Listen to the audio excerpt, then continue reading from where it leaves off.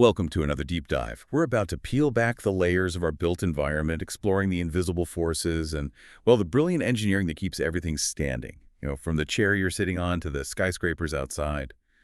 Today, we're cutting straight to the core of mechanics and structures.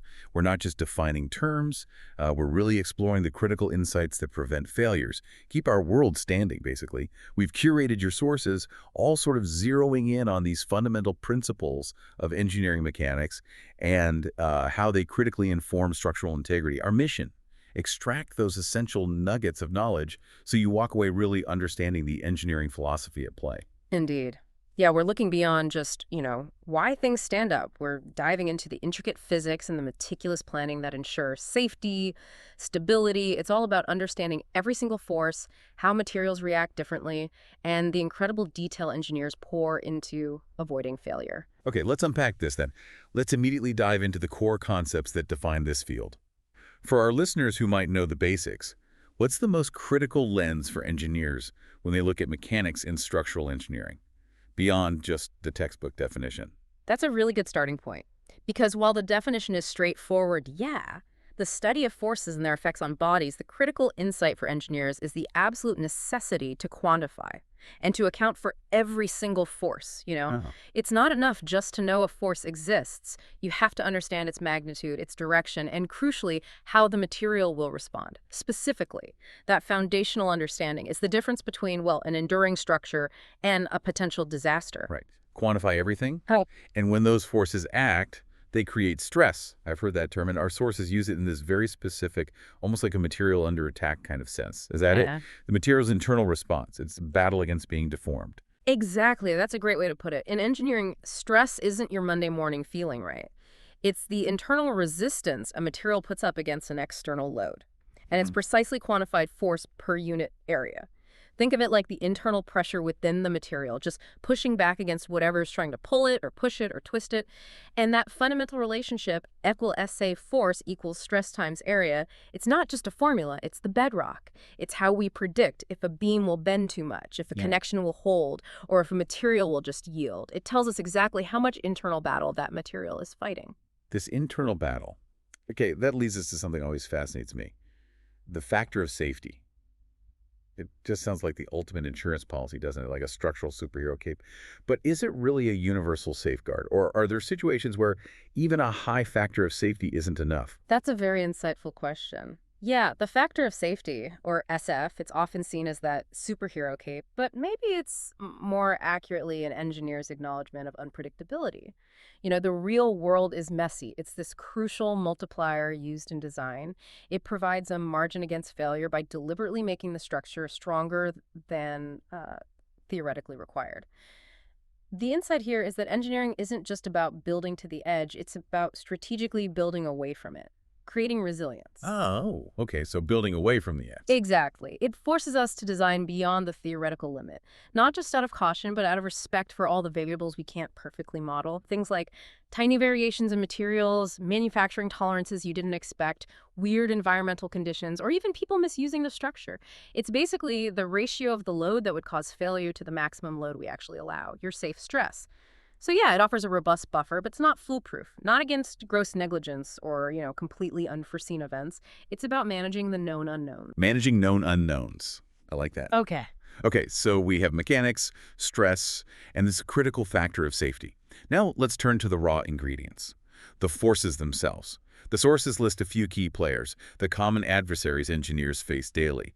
Can you walk us through them? Maybe focus on how materials react. Absolutely. And while many listeners might know these terms, the engineering challenge is really in understanding how different materials respond and, crucially, how these forces often act together simultaneously. So first, you've got tensile force, pulling, stretching.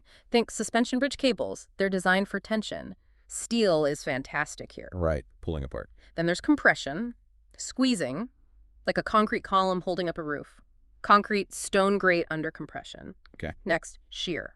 This is like a cutting or slicing force, trying to push one part past another. Imagine scissors cutting paper. Or maybe wind trying to shear a roof off a building. It's often critical in connections, bolts, things like that. Shear. Like sideways pressure, almost. Kind of, yeah. Then torsional forces. Twisting. like Yeah. wringing out a towel or the forces on a car's drive shaft when it's rotating. This one can be tricky, introduces complex stress patterns. It's twisting. Got it. And finally, bending forces. These cause an object to curve or deflect, like a beam supporting a heavy load across a gap. What's interesting here is that a simple beam actually experiences both compression on its top surface and tension on its bottom surface at the same time. So each of these forces impacts the structure differently, and engineers have to consider how they interplay, sometimes using different materials for different jobs in the same structure. Wow, it really is a complex dance the materials are doing. So even with all this meticulous planning, factors of safety, the sobering reality is structures can and sometimes do fail. To really prevent these, we need to grasp the fundamental modes of failure. How exactly do things break down beyond just, it fell? Indeed. Yeah, recognizing the specific modes is absolutely paramount for prevention and for analysis after the fact. We can broadly categorize them. First, there's static failure. This happens under a steady, unchanging load. It includes direct failure by shearing, tension, compression, bending, and buckling. So, like a rope snapping under a heavy pull, that's tensile failure, or a column crushing compression failure. Straightforward enough. Okay, static, steady load failure. Then there's instability. This one's particularly interesting. It's where the object itself fails as a whole rather than its material giving way. Think of a tall, thin pole. Under a vertical load, it might suddenly bow out sideways and collapse. Ah, buckling. That's buckling, exactly. It's a form of instability where the material hasn't actually crushed, but the geometry, the shape has failed. Or imagine a crane tipping over because its center of gravity moves outside its support base. The steel in the crane might be perfectly fine, but its overall configuration failed. That's a really crucial distinction, the object's overall stability versus its material strength. Makes me wonder about the less dramatic failures, the insidious ones, not the sudden snap, but the slow creep over time. Exactly. And those are often the hardest to predict. We also have dynamic failure. This covers impact failure, a sudden sharp blow, like a car hitting a bridge support, Right, sudden impact. and fatigue failure. This is caused by continually changing or repetitive loads over time, cyclic loading. This one is insidious, like you said. Think about bending a paperclip back and forth. Yeah, it just snaps eventually. Right. Even though the force you apply each time is way below what would break it in a single pull, microcracks form and grow over time until suddenly failure. That's such a relatable analogy for fatigue, like a slow structural exhaustion. Precisely. And then there's creep, maybe even more subtle. It's a very slow but permanent deformation of a material under a constant load, even when that load is below its yield strength. Constant load, but it still deforms slowly. Yes. Imagine a heavy bookshelf sagging over years under the constant weight of books, or concrete slowly compressing in a bridge pier over decades. It's often imperceptible day to day, but in the long run, this cumulative deformation can weaken the structure and eventually cause failure. It's like the slow, time-dependent battle against gravity. Wow. Okay, so we understand how structures can fail: static, instability, dynamic, creep. But what causes these? The sources point to some very human reasons and material reasons too. It's rarely just bad luck, is it? You're absolutely right. The causes are often multifaceted and, maybe more importantly, frequently preventable. One big one is design errors. This could be anything from making wrong assumptions about the loads, maybe not accounting for extreme wind or earthquakes properly, to simple computational errors in the math, or even just poor material selection, choosing something not suited for the environment or the job. These are failures that start right on the drawing board. That's crucial. The best plans are only as good as the assumptions behind them. Yeah. Okay, so beyond design flaws, what else creeps in? Well, another significant factor is faulty materials. And this isn't just about using cheap stuff. It could be a lack of uniformity in the material, inconsistent strength, or maybe changes in the material properties over time due to corrosion, rust, wear from friction, or environmental exposure. Think freeze-thaw cycles damaging concrete or UV light degrading plastics. Even the best design gets undermined if the materials don't perform as the engineer expected. Right. Bad materials. What else? Then, of course, you have overloading and inadequate support. Pretty straightforward, the structure is subjected to loads greater than it was designed for. Too many people on a balcony, snow loads way heavier than anticipated. Okay. And just as critical is when the support underneath fails. The soil beneath the foundation isn't strong enough. It settles or shifts, leading to failure. And finally, and this is a big one, poor workmanship. Ah, the human element during construction. Exactly. Improper assembly, cutting corners, bad welds, bolts not tightened correctly, inadequate maintenance down the line. Even if the design was perfect and the materials were sound, shoddy execution can absolutely lead to failure. This brings to mind a really tragic example from our sources. You must be thinking of the Hyatt Regency Hotel walkway collapse, a truly stark illustration. Can you remind us what happened there? How does it embody these causes? Yes, it's a classic, tragic case study, still taught today. The Hyatt Regency collapse in '81. It was a catastrophic failure directly linked to a critical design modification made on site, and poor review of that change. The original design had a single long rod supporting two walkways, one above the other. It passed through the box beams of both walkways. Okay, one continuous rod. Right. But during construction, a change was made. Instead of one long rod, they used two separate rods, one from the ceiling to the upper walkway and another from the upper walkway down to the lower one. And they connected these rods to the box beam with nuts. This seemingly minor change effectively doubled the load on the critical nut connection supporting the upper fourth floor walkway. Double the load. How? Because that nut was suddenly carrying the weight of both walkways instead of just the upper one as in the original single rod design where the load passed through. Under the dynamic load of people dancing during a tea dance event, those critical connections failed in shear. The nuts pulled through the beam, both walkways collapsed. Tragic loss of life. Just devastating.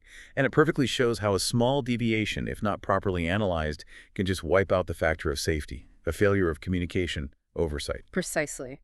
And a stark reminder of the immense consequences. That Hyatt example really drives home the real-world impact. It's not theoretical, it's life and death. Let's shift now to some specific applications from the sources, starting with something we literally stand on every day: soil. We build everything on it. Its mechanics must be absolutely crucial. Foundational, you could say, in every sense. Yes, soil mechanics, the study of forces on soils, is critical because nearly all structures rest on them. A key concept is bearing capacity. Simply, the maximum load a soil can support without excessive settlement or failing in shear. But it's more nuanced than just a single number. Different soils, sands, clays, gravels have vastly different capacities and behave very differently under load. So you really have to know your soil type. Absolutely. What's often overlooked is that failures here often involve the soil compressing or moving, not necessarily the concrete footing breaking. For instance, some clays swell when wet and shrink when dry, putting huge pressure on foundations. Sandy soils drain well but don't stick together as well. Engineers have to meticulously analyze the soil before designing the foundation. Sometimes they need deep piles driven down to stronger rock or maybe large raft foundations to spread the load out. So it's often the ground giving way, not the structure itself. Okay. Okay, Yeah. what about when we dig into the ground? Trenches. That seems inherently unstable. It is, and that's another vital area where mechanics is paramount, with immediate life or death implications. Trenching and shoring. It's all about preventing excavated walls from collapsing. It's an extremely common and dangerous construction hazard. An unprotected trench wall can collapse suddenly without warning. Burying workers. Tragically, yes. So, to prevent this, the walls must either be sloped back, cut back at a safe angle, the angle of repose, which depends on the soil type, or they have to be actively supported by a shoring system. Bracing, hydraulic jacks, steel plates, something holding the walls back. This is regulated, right? Highly regulated. OSHA, the Occupational Safety and Health Administration, actually provides tables specifying the minimum requirements for trench shoring based on soil type and trench depth. It underscores how deeply these engineering principles are embedded in safety rules to protect lives. It's a direct application of soil mechanics. That's a very concrete example, moving from theory to life-saving rules. Okay, beyond the ground, let's look up at the structural skeleton, beams and columns. Yeah. How do they handle forces differently? What are their main vulnerabilities? Right. So beams are primarily designed to resist bending loads. Think of a floor joist spanning a room. The load is on top, perpendicular to its length. It wants to sag in the middle. It experiences compression on the top fibers and tension on the bottom fibers. The challenge is designing it to carry the load without bending too much or the material failing. Okay, beams handle bending. And columns. Columns handle compression. They resist squeezing forces along their length. Your vertical supports. Usually they're pretty sturdy, stout. But it's important to note, long, slender columns are particularly vulnerable to failure by buckling. Buckling again. That instability failure. Exactly. The column suddenly bows out sideways under compression long before the material itself actually crushes. It's a geometric failure, not a material strength failure. So the safe load capacity for both beams and columns is figured out by meticulously analyzing the stresses from the expected loads, considering both the material strength and this potential for instability or buckling. It's clear the interplay between all these elements creates the overall integrity. Okay, one last force, one we encounter constantly but maybe don't think about structurally: friction. We usually think of it slowing things down. How is it vital for stability? Friction is absolutely the unsung hero of stability. Without it, everything would just slide around. It's the force-resisting motion between two surfaces in contact. And what's fascinating structurally is that an object will often tip over rather than slide if the force needed to tip is less than the force needed to overcome static friction. Static friction being the force to get it moving in the first place. Precisely. We quantify this with the coefficient of friction, usually represented by the Greek letter mu. It's the ratio of the frictional force you can get to the normal force pushing the surfaces together, and it varies hugely. Think rubber on pavement versus ice on ice. In structures, friction is crucial everywhere, holding bolted connections tight, preventing bridge decks from sliding off their supports in an earthquake, even just keeping a ladder stable against a wall. It's constantly quietly working, preventing instability, keeping things literally grounded. So after this deep dive, what's the big takeaway? It really feels like our world is this incredibly complex dance of forces, stresses, materials, designs, all working to keep us safe. From that basic stress formula, FSA, to the tragic specifics of a Hyatt Walkway failure, every single detail matters. It's quite humbling, really. It really is. And if you connect this to the bigger picture, it just underscores the immense responsibility engineers have, the precision required. It's a field where truly understanding these fundamental principles can literally be the difference between a structure standing firm for centuries or a catastrophic collapse, with lives hanging in the balance. Hopefully it encourages all of us, to look at the buildings, the bridges, the everyday objects around us with a bit more appreciation for the hidden science, the meticulous planning that ensures our safety, often in ways we don't even notice. Like the ground beneath our feet, or that coefficient of friction just quietly doing its job. Yes. Well, thank you for joining us on this deep dive into the intricate world of mechanics and structures. Next time you're walking across a bridge, maybe climbing some stairs or just standing in a building, take a second. Consider those unseen forces, the brilliant engineering holding everything together. Remember how many factors of safety are probably at play, keeping you safe. And maybe just marvel at that constant, silent battle against gravity and other forces that's being won, moment by moment, all around us.